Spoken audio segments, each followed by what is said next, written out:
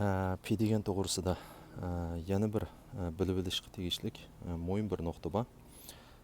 Men shu to'g'risida ozroq so'zlab beray.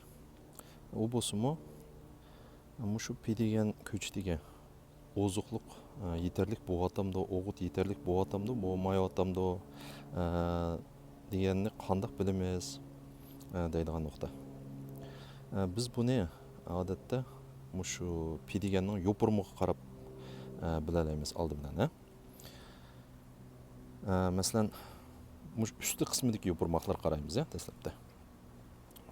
Birsini misol keltirib boqaylik. P deganning üstü qismidagi yopurmoqqa qarasak,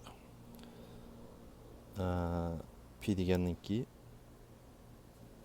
yopurmoq g'oli, uningdagi tomir holatda kengaygan. Buning rengi qarasak, qiyniq binafsha rang oltida bo'ldi.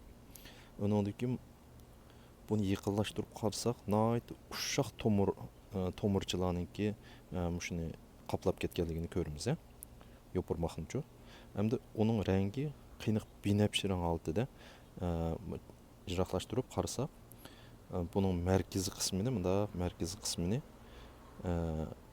qiyniq binafsha rang oltida qoplaganligini ko'rib olaymiz. Mushu holatda bo'lsa yopurmoq, üstü qismidagi yopurmoqlar mushu holatda bo'lsa, bu oziqliq yetishib o'tibdi deb hukm qilsanglar bo'ldi. Agar bu yopurmoqning hamma yeri mana o'ringa o'xshash, shu yeshil holatda bo'lsa, hamma yeri ash holatda bo'lsa, bu P degan ko'chatiga oziqliq yetishmay o'tibdi deb qarab o'g'it bersanglar bo'ldi. Undan keyin yana birsi sog'lom o'sayotgan, o'smayotganligi bilishda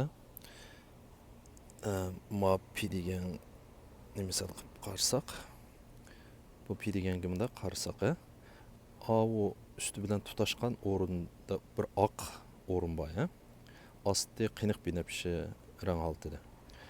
Shu oq holat bu P deganning o'sgan miqdorini bildirdi. Masalan, attiganda qo'pib qarasangiz, P deganning shu o'rinda oq holat bo'lsa, shunchalik miqdorda bu bir kecha shunchalik miqdorda o'sdi deganlikni ifodalaydi. Nimishki u yer oq bo'lib qoldi desanglar, bu P degan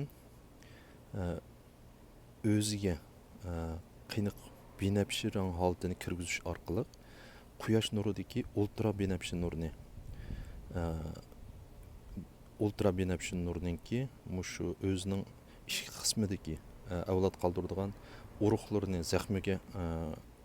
zaxmlantirib qo'yishidan saqlaydi. Shunga bu bir kun tursa, bu oftobda qiyniq binafsha rang holatiga kirib oldi. Shuning bilan o'zininki ichki qismini saqlab qoladi. Hamda oq holat bo'lishiga sabab kechada quyosh nuri bo'lmaganligi uchun, bir kecha quyosh nuri ta'sir qilmaganligi uchun shu oq holatda turdi. Undan keyin bir kun oftobda tursa, bu o'rinmi qiyniq binafsha rang kirdi. Yana bir kecha o'sgan miqdor yana mush holatda oq holatda ko'rindi. Shundan qarab sog'lom o'sib o'tibdi, shunchalik o'sibdi deb hukm qilsanglar bo'ldi. Undan keyin yana birisi P deganning chechagiga qarabmi belgili bo'ldi. Ma'no misol qilib ko'rsatay desam, bugun ma'no chechaklar, ichilgan chechak yo'q-ku, ko'rsatgili bo'lmadi. Chechak ichilgan vaqtida qarasanglar, bu P deganning chechagi o'ttir qismida uzun bir otiliq bo'ldi.